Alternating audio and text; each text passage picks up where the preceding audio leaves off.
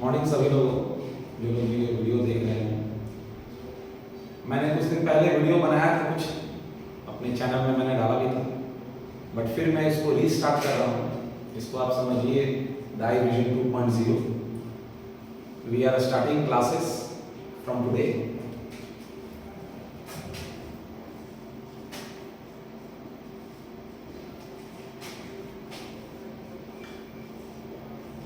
इसको आप लोग डाई विजन 2.0 समझिए। बीच में वीडियोस फ्रीक्वेंटली नहीं डाले जा रहे थे, बट इसकी फ्रीक्वेंसी धीरे धीरे बढ़ाई जाएगी और उन बच्चों तक रीच करने का ट्राई है जो बच्चे क्लास में आकर क्लास नहीं कर पाते हैं या फिर ऑनलाइन के माध्यम से पढ़ना चाहते हैं। तो आज हम लोग जो चैप्टर स्टार्ट कर रहे हैं, क्लास 12 का चैप्टर 2 है वो। उस चैप्टर का नाम है सॉल्यूशन। क्लास 12 का वैसे तो ये दूसरा चैप्टर है, but according to new syllabus ये आपका पहला चैप्टर हो जाता है, सॉल्यूशन। तो what is the solution? A solution is a homogeneous mixture of two or more components.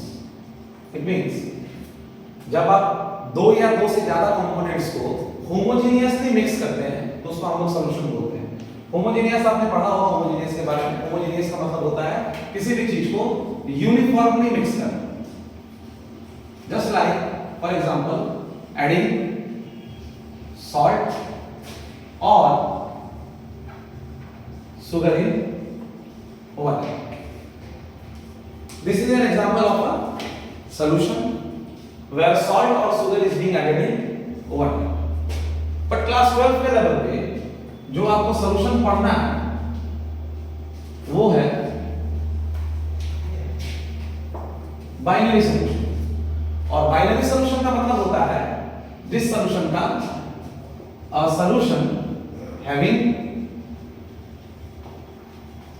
two components, दो कंपोनेंट को मिलाकर जो एक सॉल्यूशन तैयार होता है वो बाइनरी सॉल्यूशन है। अब इसमें क्या होता है, बाइनरी सॉल्यूशन के दो कंपोनेंट हो जाते हैं। एक को हम लोग बोलते हैं सॉल्यूट और एक को हम लोग बोलते हैं सॉल्वेंट। Binary solution. अब सॉल्यूट और सॉल्वेंट दो पार्ट हो गए। सॉल्यूट वो पार्ट है उसका सॉल्यूशन का which is present in lesser amount or lesser quantity, and solvent is a component of the solution which is present in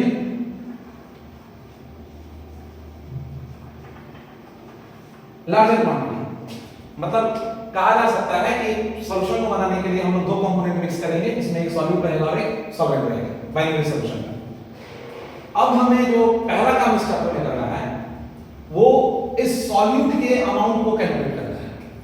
और किसी भी सॉल्यूशन में जब हम लोग सॉल्यूट के अमाउंट को कैलकुलेट करेंगे उसको हम लोग टर्म करेंगे कंसंट्रेशन ऑफ सॉल्यूशन, या जो टर्म है concentration that is used to calculate the amount of solute in a solution. तो जो हमारा पहला टॉपिक यहां पर खुलेगा वो आपका कंसंट्रेशन टर्म होगा। बट एक बात ध्यान दीजिएगा, एक टर्म आपने कभी सुना होगा and that is called aqueous solution. और ये एक्वस सॉल्यूशन क्या है? Aqueous solution is a solution in which water acts as a solvent. Water acts as a solvent. Water जो होता है वो सॉल्वेंट की तरह एक्ट करता है, इसीलिए वाटर को यूनिवर्सल सॉल्वेंट भी कहा जाता है। यूनिवर्सली इसको एज अ सॉल्वेंट ही एक्ट करता है। मोस्ट ऑफ द क्वेश्चन जो हम लोग बनाएंगे उसमें हम लोग वाटर को ही एज अ सॉल्वेंट रखेंगे और हम लोग सॉल्यूट का कंसंट्रेशन को कैलकुलेट करेंगे। तो अब हम लोग यहां पर जो पहला टॉपिक शुरू करेंगे that is concentration of solution, जिसको हम लोग बोलते हैं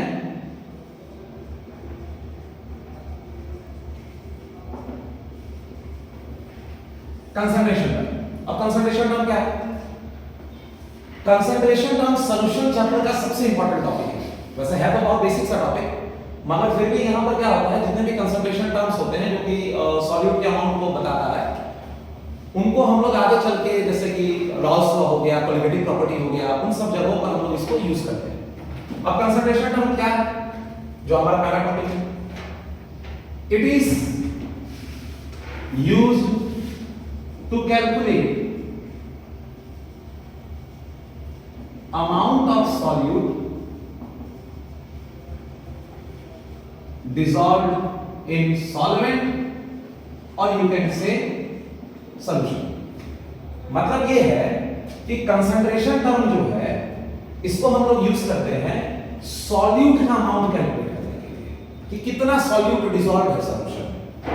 अब यहां क्या होता है कि जो कंसंट्रेशन टर्म होता है वो फर्दर जाके दो भाग में डिवाइड हो जाता है। जो एक पार्ट है दैट इज वॉल्यूम रिलेटेड और जो दूसरा पार्ट है दैट इज मास रिलेटेड। मतलब either it will depend on the volume of the solution और the volume of the solute और it will depend on the mass of the solution और the mass of the solute. तो जो volume related terms होता है उसको हम लोग बोलते हैं टेम्परेचर डिपेंडेंट कंसंट्रेशन। क्योंकि वॉल्यूम जो है हमने पढ़ा है इसको चार्ल्स लॉ में, volume is directly proportional to temperature. अब जब वॉल्यूम टेंपरेचर पे डिपेंड करता है तो कहीं ना कहीं जो भी वॉल्यूम रिलेटेड कंसंट्रेशन टर्म्स होंगे वो टेंपरेचर पे डिपेंड करेंगे और जो मास रिलेटेड कंसंट्रेशन टर्म्स होते हैं उनको हम लोग डाल देते हैं वॉल्यूम इंडिपेंडेंट।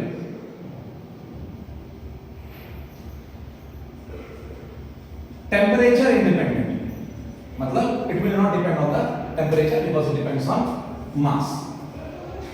तो वैसे तो बहुत सारे कंसंट्रेशन टर्म्स हैं जो हम लोग डिस्कस कर सकते हैं, बट जो मेरा पहला क्लास है उसमें हम लोग कुछ पॉइंट्स पर डिस्कशन करेंगे।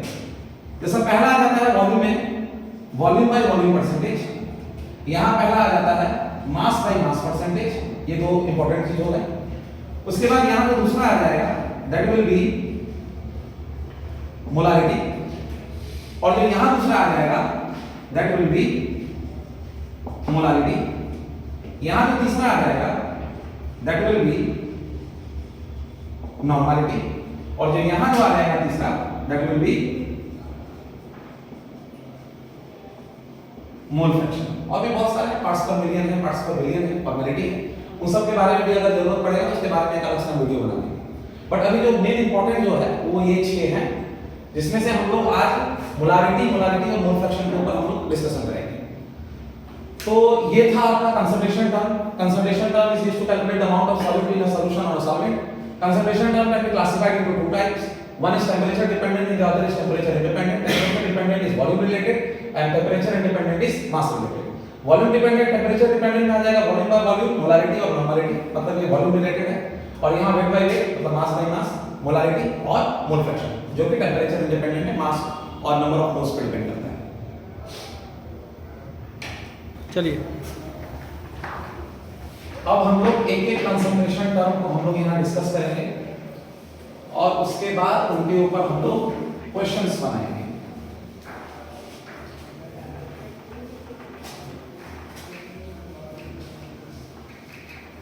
अब जो हमारा पहला जो कंसंट्रेशन टर्म आता है जिसको हम डिस्कस करेंगे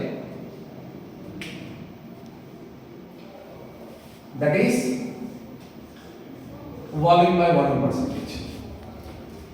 अब वॉल्यूम बाय वॉल्यूम परसेंटेज क्या है? Volume by volume percentage is volume of solution, volume of solute into 100%। ये वॉल्यूम बाय वॉल्यूम परसेंटेज है। अब वॉल्यूम बाय वॉल्यूम परसेंटेज क्या होता है, कैसे लिखा हुआ रहता है? जैसे लिखा हुआ रहेगा for example 10% volume by volume percentage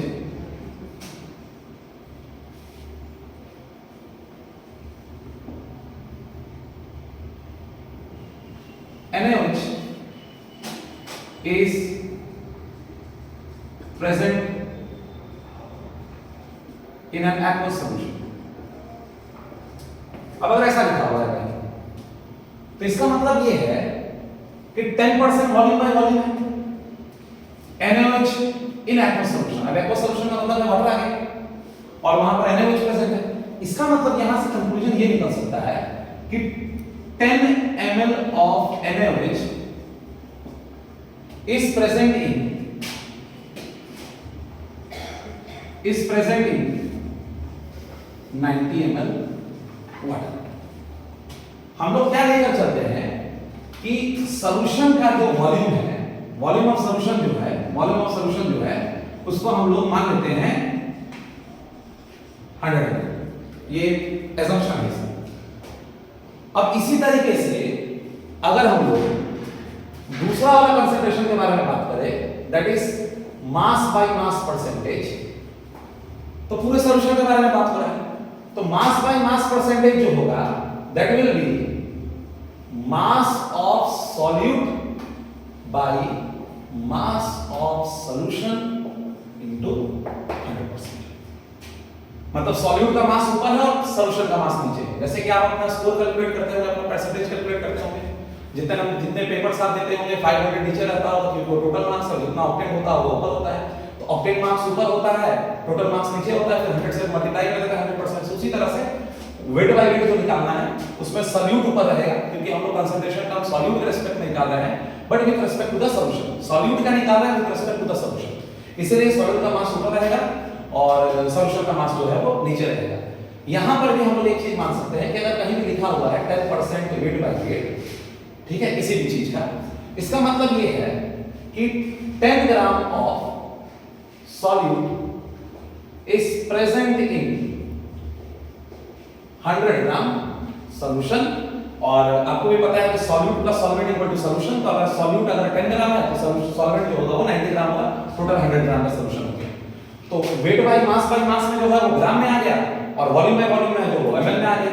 और अगर ऐसा हुआ कि वॉल्यूम और मास से अगर रिलेटेड कोई कंसंट्रेशन टर्म आ गया तो कुछ नहीं करना है आपको बस एक फार्मूला याद रखना है, that is density equal to mass by volume. अगर कोरिलेट करना होगा तो अगर मास का जरूरत पड़ेगा या वॉल्यूम का जरूरत पड़ेगा तो वहां डेंसिटी दिया हुआ रहेगा, फिर आप उसको कोरिलेट करके वहां पर उसका कैलकुलेशन कर सकते हैं। एक weight by weight mass by mass का मेरे पास बहुत अच्छा क्वेश्चन है जिसको हम डिस्कस करना चाहेंगे ताकि आपको इसके बारे में और आइडिया हो अच्छे से। और वो क्वेश्चन है,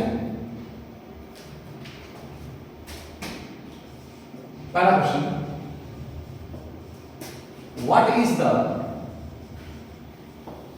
mass percentage of aspirin in acetonitrile when 6.5 gram of aspirin is dissolved in 450 gram of acetonitrile। मान लीजिए ये क्वेश्चन है, इसको सॉल्व करना है, तो इसमें मास परसेंटेज ऑफ एस्पिरिन निकालना है, मतलब वो ऐसा सॉल्यूट जैसे एक्ट कर रहा है। तो अगर मैं इसको सॉल्व करूं तो मास परसेंटेज ऑफ एस्पिरिन का जो फॉर्मेट होगा वो ये होगा, ऊपर होगा मास ऑफ एस्पिरिन, नीचे होगा मास ऑफ सॉल्यूशन इनटू 100%, क्योंकि एस्पिरिन का मास परसेंटेज निकालना, एस्पिरिन का मास परसेंटेज निकालने का मतलब होता है, मैं आपको एक बार बता दूं कि जब आप किसी भी चीज का मास परसेंटेज निकालते हैं तो आप ये बताते हैं कि 100% सॉल्यूशन में जो सॉल्यूट है वो कितना परसेंट में प्रेजेंट है। तो यहां पर अगर आप देखिएगा तो मास ऑफ एस्पिरिन जो होगा वो कितना दिया हुआ है 6.5, तो 6.5 ग्राम।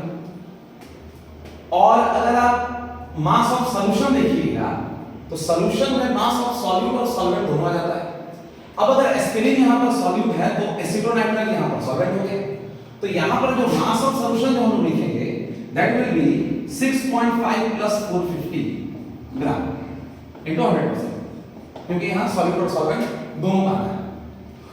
ग्राम ग्राम कट गया, परसेंटेज निकालना आपको ही पता है, that is 6.5 divided by 456.5 into 100%, तो ये आपका हो जाएगा 650 डिवाइडेड बाय 456.5%।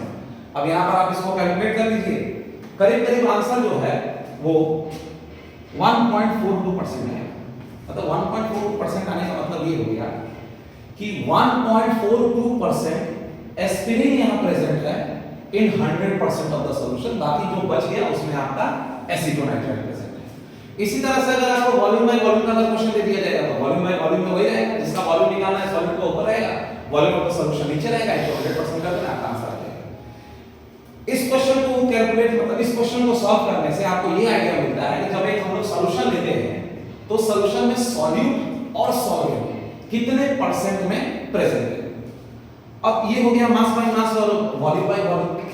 जो तीसरा कंसंट्रेशन टर्म है जो कि सबसे इंपॉर्टेंट भी माना जाता है, and that concentration term is molarity. Molarity and molarity is defined as number of moles of solute by volume of solution in liter। मतलब मोलारिटी का फॉर्मूला आपका हो गया number of moles of solute by volume of the solution in litre. तो molarity equal to number of moles of solute हो गया divided by volume of solution हो गया लीटर। बट कभी कभी क्या होता है कि वॉल्यूम लीटर में नहीं होता है, एमएल में होता है। तो अगर वॉल्यूम आपको एमएल में दिया हुआ है तो आप क्या करिएगा, इसको 1000 से मल्टीप्लाई कर दीजिए। क्यों? क्योंकि हमें मोलारिटी को हमेशा लीटर में लेना है। अब इसका यूनिट क्या होगा, मोलारिटी का यूनिट क्या होगा? तो ऊपर है number of moles of solute, number of moles of solute का हो गया मोल, और नीचे है volume of the solution, volume of the solution को हमें लेना है लीटर में, तो इसका यूनिट हो गया मोल पर लीटर। ये हो गया मोलारिटी का। याद रखिएगा अगर एमएल में दिया रहेगा तो उसको 1000 से मल्टीप्लाई कर दीजिएगा ताकि एमएल भी जो है वो लीटर में जाए। यहां से एक नोट इंपॉर्टेंट है, वो ये है कि मोलारिटी जो है वो इनवर्सली प्रोपोर्शनल है वॉल्यूम से। अब अगर कोई भी कंसंट्रेशन टर्म अगर वॉल्यूम पे डिपेंड कर रहा है तो कहीं ना कहीं वो टेंपरेचर पर डिपेंड कर रहा है। इसीलिए मोलारिटी को हम लोग टेंपरेचर डिपेंडेंट कंसंट्रेशन टर्म बोलेंगे, क्योंकि कहीं ना कहीं ये वॉल्यूम से रिलेट कर रहा है, और वॉल्यूम से रिलेट कर रहा है तो कहीं ना कहीं टेंपरेचर पे भी डिपेंड करेगा। और एक इंपॉर्टेंट चीज ये है कि अगर मोलारिटी इनवर्सली प्रोपोर्शनल है वॉल्यूम से, और जैसे हमें पता है कि वॉल्यूम जो है वो डायरेक्टली प्रोपोर्शनल है टेंपरेचर से, तो यहां से हम लोग लिख सकते हैं कि मोलारिटी जो होता है वो कहीं ना कहीं इनवर्सली प्रोपोर्शनल होता है टेंपरेचर से। और ये बहुत इंपॉर्टेंट बात है, कभी कभी एमसीक्यू में इसको पूछा जा सकता है कि molarity, how is molarity related to temperature. तो it is inversely proportional. Why? Because molarity is inversely proportional to volume and volume is directly proportional to temperature as it was discussed in the previous class. Charles law है ये। तो volume अगर related है और volume अगर inversely proportional है तो temperature भी इनवर्सली प्रोपोर्शनल हो जाएगा। मतलब टेंपरेचर बढ़ने से मोलारिटी घटता है, टेंपरेचर बढ़ने से मोलारिटी घटेगा और कंसंट्रेशन टर्म में आपको डिक्रीज देखने को मिलेगा। अब यहां से हम लोग क्या करेंगे, मोलारिटी के ऊपर एक दो क्वेश्चंस और डिस्कस करेंगे। बट उससे पहले मोलारिटी में कुछ इंपॉर्टेंट कॉन्सेप्ट्स हैं जो कि हम लोग यहां पर बात कर सकते हैं उसके बारे में। जैसे कि पहला बात है कि मोलारिटी जो है वो इनवर्सली प्रोपोर्शनल है वॉल्यूम से। दूसरा चीज ये है कि when a solution is diluted, अगर मान लीजिए एक सॉल्यूशन को डाइल्यूट कर दिया, तो अगर मान लीजिए हमारे पास एक सॉल्यूशन है जिसका कुछ मोलारिटी है, कुछ वॉल्यूम है, कुछ नंबर ऑफ मोल्स है। मोलारिटी, वॉल्यूम है, नंबर ऑफ मोल्स। मान लीजिए कि ये वाटर है और इसमें हम लोग शुगर डाल रहे हैं या सॉल्ट डाल रहे हैं। उसके बाद हमने इसको डाइल्यूट कर दिया। अब डाइल्यूट करने से क्या होगा कि वॉल्यूम में चेंज आए, तो हम इस वॉल्यूम को V1 मान लेंगे, मोलारिटी V1 मान लेंगे, नंबर ऑफ मोल्स N1 मान लेंगे। अब वॉल्यूम चेंज करेगा क्योंकि डाइल्यूट किया गया, वाटर ऐड किया गया है इसमें, तो वॉल्यूम V2 हो गया। अब अगर वॉल्यूम चेंज करेगा तो कहीं ना कहीं मोलारिटी भी चेंज करेगा, तो मोलारिटी हो गया, वॉल्यूम हो गया। बट हमने और सॉल्यूट इसमें ऐड नहीं किया है, जिसके कारण जो नंबर ऑफ मोल्स जो रहेगा वो भी N1 ही रहेगा। तो क्या चेंज देखने को मिलेगा? अब अगर हम यहां पर मोलारिटी का फार्मूला लगाएं तो molarity equal to number of moles by volume, तो molarity M1 equal to N1 by V1, यहां से N1 equal to M1 V1 हो गया। और यहां पर भी अगर मोलारिटी का फार्मूला लगाएं, molarity equal to N by V, तो molarity M2 equal to N1 by V2, तो यहां से N1 आ गया M2। मतलब ये है कि जब नंबर ऑफ मोल्स में चेंज देखने को नहीं मिला क्योंकि नंबर ऑफ मोल्स हमने सॉल्यूट ऐड नहीं किया। तो आप यहां से देख सकते हो n1 n1 दोनों में इक्वल आया है। तो यहां से एक रिजल्ट निकल के आता है कि अगर आप किसी भी सॉल्यूशन को डाइल्यूट करते हैं तो वहां पर m1v1 m2v2 होगा। अब यहां पर एक बहुत इंपॉर्टेंट क्वेश्चन आता है कि वॉल्यूम जो रहेगा वो क्या रहेगा। यहां जो वॉल्यूम रहेगा वो फाइनल वॉल्यूम रहेगा, मतलब इनिशियल वॉल्यूम जो था और प्लस जितना डाइल्यूट किया गया है सॉल्यूशन को, इन दोनों का वॉल्यूम को ऐड करके यहां पर हम लोग वॉल्यूम में लिखेंगे v2। तो यहां v2 जो है वो इसका, अब यहां पर एक चीज देखने लायक है, अगर आपसे कभी कांसेप्चुअल क्वेश्चन पूछा जाए, अगर m1 v1 और m2 v2 का अगर कंपेयर करें तो याद रखिएगा v2 is greater than v1, v2 is greater than v1। क्यों? क्योंकि डाइल्यूट करने के बाद जो है वो वॉल्यूम जो है वो इंक्रीज किया है, ऑब्वियसली इंक्रीज करेगा। अब अगर वॉल्यूम इंक्रीज कर रहा है तो molarity is inversely proportional to volume. अब अगर मोलारिटी इनवर्सली प्रोपोर्शनल है वॉल्यूम से, इसका मतलब ये है कि मोलारिटी जो है वो डिक्रीज करेगा ऑन डाइल्यूशन। ये आपको एक इंपॉर्टेंट एस्पेक्ट इसका याद रखना है, और एक ये वाला इंपॉर्टेंट एस्पेक्ट आपको याद रखना है कि कभी भी अगर सॉल्यूशन को डाइल्यूट किया जा रहा है तो उसका जो m1 v1 है वो m2 v2 में इक्वल होगा, मतलब initial number of moles final number of moles के इक्वल होगा। और दूसरा चीज जो है, अगर वॉल्यूम में इंक्रीज देखने को मिलेगा तो ऑब्वियस है कि मोलारिटी में जो है वो आपको डिक्रीज देखने को मिलेगा। जितना टाइम्स इंक्रीज होगा वॉल्यूम उतना टाइम्स मोलारिटी में डिक्रीज आपको देखने को मिलेगा, क्योंकि मोलारिटी जो है वो इनवर्सली प्रोपोर्शनल है वॉल्यूम से। और m1 v1 जो है that is equal to m2 v2। तो ये जो था हमारा, ये हमारा सेकंड इंपॉर्टेंट पॉइंट था। और एक इंपॉर्टेंट पॉइंट इसमें आ जाता है, ठीक है, इसको हम लोग बाद में डिस्कस करेंगे कि अगर दो सॉल्यूशंस को डाइल्यूट किया गया। बट उससे पहले मेरे पास एक जेई का एक क्वेश्चन है, और वो क्वेश्चन कुछ इस तरीके का है कि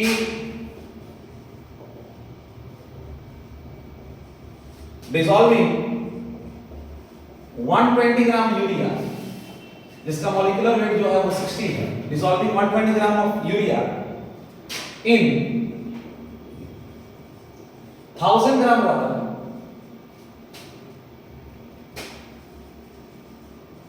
gave a solution of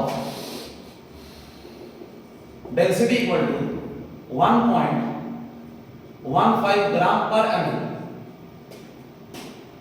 और क्वेश्चन है फाइंड मोलारिटी ऑफ सॉल्यूशन, मतलब मोलारिटी आपको निकालना है। अब आप सोच रहे होंगे कि यहां डेंसिटी क्यों दिया हुआ है जब मोलारिटी निकालना है। तो सबसे पहले ऐसे क्वेश्चंस को डिसाइड करने के लिए सबसे पहले आपको ये पता होना चाहिए कि अगर सॉल्यूशन बनना है तो किन चीजों का बनता है। तो यहां तो पता चल गया कि यूरिया और वाटर है, यूरिया और वाटर का सॉल्यूशन बनना है। यूरिया कितना ग्राम दिया हुआ है? 120 ग्राम दिया हुआ है यूरिया, और वाटर कितना ग्राम दिया हुआ? 1000 ग्राम वाटर दिया हुआ है। आपको निकालना है मोलारिटी। अब मोलारिटी का फार्मूला क्या होता है? Number of moles of solute by volume of solution into 1000। अब number of moles of solute कैसे निकलता है? मोल कांसेप्ट में आपने पढ़ा होगा कि number of moles of solute निकालने का तरीका है given mass by molar mass. उसके लिए आपको सबसे पहले इंपॉर्टेंट ये है, ये आइडेंटिफाई करना है कि सॉल्यूट कौन है। तो सॉल्यूट यूरिया है, तो number of moles of solute का फार्मूला हो गया given mass by molar mass. तो गिवन मास हो गया 120 और मोलर मास हो गया 60। अब प्रॉब्लम ये है कि वॉल्यूम ऑफ द सॉल्यूशन क्या है? वॉल्यूम ऑफ द सॉल्यूशन तो नहीं दिया हुआ है। तो सबसे पहले क्या किया जाए, मास ऑफ सॉल्यूशन निकाल लिया जाए। मास ऑफ सॉल्यूशन कितना आया है? तो मास ऑफ सॉल्यूशन आया है 120 प्लस 1000 दैट इज 1120 का, मतलब 1120। ये मास ऑफ सॉल्यूशन है, मगर मास ऑफ सॉल्यूशन नहीं रखना है, वॉल्यूम ऑफ सॉल्यूशन रखना है। तो मैंने आपको बताया था density equal to mass by volume. तो वॉल्यूम इक्वल टू क्या होगा? Mass by density. मास कितना है? 1020 और डेंसिटी है 1.15। अब इस वाले वॉल्यूम को उठाकर आपको यहां पर रख देना है, मतलब 1120 बाई 1.15। अब यहां पर एक क्वेश्चन आ सकता है कि सर आपने मास जो है वो 1120 क्यों लिया? क्योंकि जब आप डेंसिटी निकालते हैं या वॉल्यूम निकालते हैं तो डेंसिटी ऑफ द सॉल्यूशन है। तो अगर डेंसिटी सॉल्यूशन में दिया हुआ है और वॉल्यूम भी आप सॉल्यूशन का निकाल रहे हैं तो मास भी आपको सॉल्यूशन का ही लेना पड़ेगा, ना कि सॉल्यूट या सॉल्वेंट। और यहां पर इनटू हो गया इनटू 1000, एक जीरो कट गया, ये भी नीचे आएगा, ये भी जीरो, ये जीरो कट गया। फाइनली आपके पास बचा 120 डिवाइडेड बाय 6 इनटू 112, 1.15 जो है वो ऊपर चला गया इनटू 10। तो आप जब यहाँ इसको कैलकुलेट करिएगा, मतलब कैलकुलेशन जब आप करिएगा तो कैलकुलेट करने के टाइम पे अगर आप 6 को इससे काटिएगा तो 20 बार में जाएगा, तो 20 बार में चला गया तो 20 इंटू 200 हो गया, 200 इंटू 1.15 डिवाइडेड बाय 112। जब आप इसको सॉल्व करिएगा तो करीब करीब आंसर जो है वो 2.05 मोलर। 2.05 मोलर का मतलब है इट इज 2.05 मोल पर litre. This is your molarity. Calculation एक बार देख लीजिएगा, मैंने क्रॉस वेरीफाई नहीं किया है। मैं जब कोई भी कैलकुलेशन करता हूं तो मैं अप्रोक्सीमेट लेकर करता हूं। क्लास 11 में चैप्टर था एरर्स एंड अप्रोक्सीमेशन, इसमें आपको दिखाया जाता है कि 1.15 को जो है वो हम लोग 1.2 भी मान के कर सकते हैं और 1.1 भी मान के किया जा सकता है। इतना कैलकुलेशन आपसे एग्जाम में हो नहीं पाएगा। तो अप्रोक्सीमेट आंसर जो ऑप्शंस में भी दिए जाते हैं वो अप्रोक्सीमेट ही आंसर दिया हुआ रहता है, हम भी अप्रोक्सीमेट ही आंसर ला रहे हैं। मोल पर लीटर इज वेरी इंपॉर्टेंट। मोल पर लीटर का मतलब क्या है कि 1 लीटर सॉल्यूशन में जो यूरिया है वो 2.05 मोल्स प्रेजेंट है पर लीटर। अगर आप वॉल्यूम बढ़ाते जाइएगा तो फिर नंबर ऑफ मोल्स भी बढ़ते जाएगा। यही चीज यहां पर ये बता रहा है। मोलारिटी का ये क्वेश्चन है। ये मैं चाहता तो मैं बेसिक से शुरू कर पाता और 20 ग्राम NaOH dissolve in 250 ml of water, but मैंने वो कुछ किया नहीं। जो अच्छे स्टैंडर्ड एग्जाम्स में जो क्वेश्चन लिए जाते हैं मैंने उनको ही सोचा है डिस्कस करने के लिए, ताकि आपको एक स्टैंडर्ड क्वेश्चन मिल जाए। अगर आप बोलिएगा तो मैं उसको फिर बेसिक लेवल पे भी ले जाकर करूंगा, बट अभी फिलहाल ये जो क्वेश्चन है वो अच्छा है मोलारिटी समझाने के लिए। तो ये था मोलारिटी का एक क्वेश्चन और कोई ज्यादा टफ है नहीं, इजी है। चीजें अगर याद रखेंगे तो, अगर आपको याद रहेगा तो बढ़िया है। मैं एक आपको क्वेश्चन दे देता हूं, ठीक है। मैंने इसको 2-3 बार डिस्कस भी करवाया था जब मैं पढ़ाता हूं उसको। इस क्वेश्चन को आपको बनाना है, घर पे ट्राई करना है। In which ratio of volume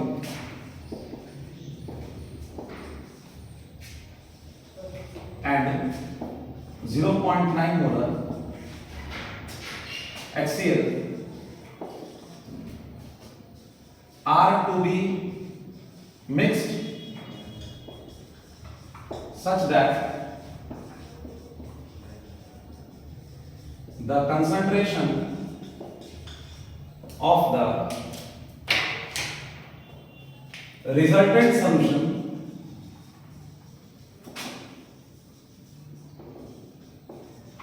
becomes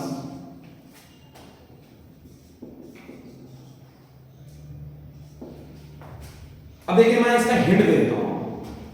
क्या करना है आपको, कह रहा है किस रेशियो में आप 0.4 मोलर HCl एक सॉल्यूशन है, 0.4 मोलर HCl का, और एक सॉल्यूशन है 0.9 मोलर HCl का। दोनों HCl का सॉल्यूशन है। एक का मोलारिटी 0.4 है, एक का मोलारिटी 0.9 है। अब क्या करिएगा, वॉल्यूम इसका V1 और इसका V2 ले लीजिए और इन दोनों को मिक्स करके ऐसा सॉल्यूशन बनाना है जिसका मोलारिटी 0.7 मोल HCl। इसका आपको मोलारिटी कैलकुलेट करना है। तो इसका एक हिंट है, मैं आपको हिंट दे देता हूं। Mv = M1v1 + M2v2। ट्राई करके बताइएगा, बनाएंगे।